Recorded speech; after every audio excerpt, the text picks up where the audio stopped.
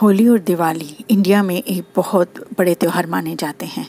दिवाली में भी बहुत ज़्यादा नेगेटिव एनर्जीज़ फैली हुई होती हैं और साथ ही साथ ये होली के कुछ 8-10 दिन जो हैं इनमें भी बहुत सारी नेगेटिव एनर्जी फैली होती है।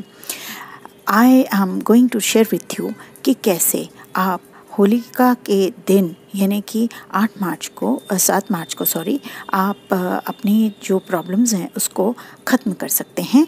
दैट मीन्स उसको क्या रिचुअल करना है।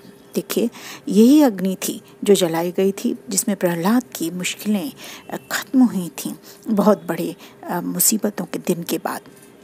आपको भी जीवन भर से या साल भर से या कितने ही सालों से आप जो मुसीबतें झेल रहे हैं उनको आप समाप्त कर सकते हैं। मैं आपको 2-3 चीज़ें बता रही हूँ, वो आप करिएगा। नंबर 1, पहला तो आप एक लिस्ट बना लीजिए कि आपकी कौन कौन सी मुसीबतें, बच्चों से रिलेटेड, हस्बैंड से रिलेटेड, कौन कौन से इश्यूज़, हेल्थ से, रिलेशनशिप से, जॉब से, बिज़नेस से रिलेटेड अगर कोई इश्यूज़ आपके चल रहे हैं, आप उनको राइट डाउन कीजिए। और उनको लिखने के बाद आप पेपर पर लिख सकते हैं।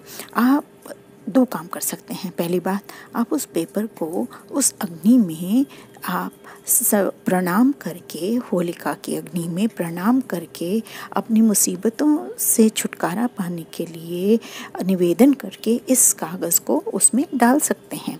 जैसे कि आपने अपनी प्रॉब्लम्स को अग्नि में डाल दिया और वह जलकर स्वाहा हो गई, पहली चीज़। लेकिन दूसरी चीज़ ये मानना है हम साइकोलॉजिस्ट भी और हीलर्स का भी कि आप जब जितनी बार लिखते हैं और लिख कर निवेदन करते हैं तो यूनिवर्स में जितने भी देवी देवता, गाइड, स्पिरिट्स और हमारे पितृ होते हैं वो उस चीज़ को समझते हैं। ऐसा लगता है जैसे कि चीज़ें, हमारे निवेदन उनके पास पहुंच गए हैं। आप उनको लिखिए। ऐसे लिखेंगे कैसे?